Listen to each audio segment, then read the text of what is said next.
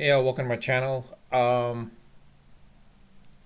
Let's discuss this for a little bit about.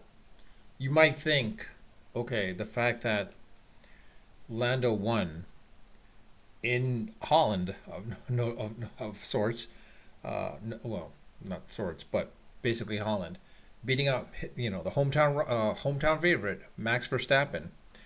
Everyone's going to be thinking like, okay, this is possibly maybe Lando could give Max a run for his money for the championship. Um, Here's why I'm going to say it's not going to be the case. One, Lando can be temperamental when it comes to driving. Let's be honest about that. I don't want to say he's flaky, not flaky, but more so to the point where he can be on and off depending what it is. I'm not going to deny McLaren has definitely stepped up with the cars. They've definitely stepped up to the point where, like, because of both him, Lando, and Oscar, and the fact that Checo has been doing so well, they are going to probably most likely beat Red Bull for the Constructors' Cup.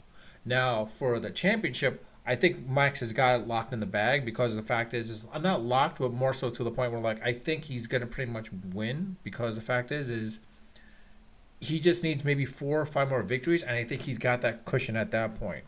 Whereas Lando, he's got to stay in at least the top two for the next 5 or 6 races, and then overtake with only 7 races remaining, basically. Now, because we're seeing Lando how good he is, I would not discount Oscar Piastri actually coming in and like challenging him for that number two spot or for the number one in for the races, basically. Because Oscar, I think you are witnessing something where, as you saw with Verstappen in 2016 and 17, you're witnessing how good he was. You're witnessing also here with Oscar how good he is, and to the point of, like, I think Lando's ego is going to kick in. We saw that already happen at this point. Now, granted, there's going to be cases where I think Max will definitely have this championship for sure for this season. For next season, it's going to be a little tricky now because we're seeing Max's temperamental side as well too. You would figure he has matured, but he hasn't. He's reverting back to his old ways where he's impatient and if things don't go his way, he complains. Similar to what Lando is doing a little bit. He will complain and he is temperamental as well too. Oscar doesn't seem like that. I not that I've seen and witnessed personally firsthand or have heard about, but I think Oscar's got that capability where he reminds me a little bit of uh, Lewis Hamilton. Honestly, I think he reminds me a little bit of him and a little bit of Alonso at that point as well too. So this would be interesting to see if next season both Lando and Oscar are still there.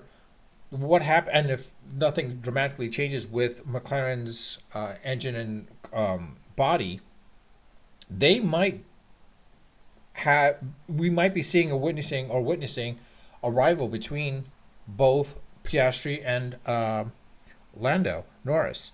Now, when you come to the Mercedes, everyone's thinking, well, like after, towards the end of the season, half the season, Mercedes was getting up there. Like everyone's thinking, like, oh, Mercedes definitely is coming back. They're coming back. It's not the case. I think they just got lucky a couple of times. I'll believe it when I see Mercedes actually win in Austin because everyone's gonna say it's like, well, no, the next couple of races. No, in reality is, I think the Austin racetrack is going to be an interesting racetrack to see if Mercedes can actually win it. If they can, I think that will show that they're definitely on the upward trends at that point. But without it, I think they're just going to be remaining flat and probably even go down further to the point where, like, then you're going to have to start questioning Toto Wolff being the chief principal at that point. But in any case, with Red Bull, I don't think you have anything to worry about too much, honestly, because Max is still going to be Max. Problem is like the fact that Checo is not stepping up, and McLaren is giving him that run for their money for the constructors, and most likely will win the constructors.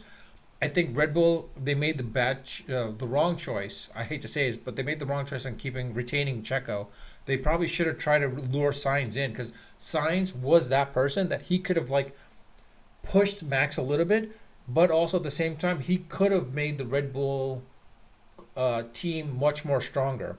Now everyone's going to say about Daniel Ricciardo. I think Ricciardo is pretty much done. Honestly, I think he's done. Even if he was thrown into a new car, into the Red Bull car, the prime seat, I don't think he would do anything at that. He probably at best probably would finish fourth. I don't. I think he's pretty much done at this point. Um, Suki Sonata, the way Sonata's like driving nowadays, I mean, I think he deserves that spot at this point. But honestly, I don't think he should be there. I think it should have been Signs. Signs going to Williams. It's going to be interesting to see between him and basically, well, yeah, between him and oh, I forgot the Tide driver's name. I forgot his name now. Anyways, the driver for sad for Sargent, but Logan should have stepped up, but he didn't. He was always failing to qualify or not even finishing a lot of the chases. But I hate to say it, but that's the name of the game, unfortunately. But with that, I'll leave it at that. Everyone's thinking Russell. Well, what about Russell? Russell. Well, George Russell basically he's gotta basically go to another. I don't know who he'd go to. Maybe Alpine. Alpine's probably the best bet. My best bet that works for him at that point, or not. If not Alpine,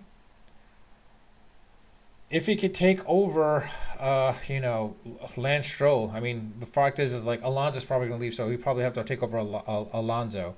And Mercedes is probably going to have to scramble, but it'll be interesting to see how that works out. But in any case, let me know your thoughts. Do you think we're witnessing a change in guard to the point where like Red Bull seems to have those 4 good years, and then after that, someone else overtakes them, which it looks like it's going to be a McLaren until Red Bull has to rebuild themselves up again, and then gets back up there again? Or do we see Red Bull that have a longer longevity than the rest of the than what Mercedes did? But of course, Mercedes had a good 7 8 years run, so let's see what interesting to see how Red Bull, if they can actually last that long as well too. But at the same time, rule changes will change things a little bit, so it'll be interesting to see. But with that, I'll leave it at that. If you like my channel, like my video, like my content, please subscribe.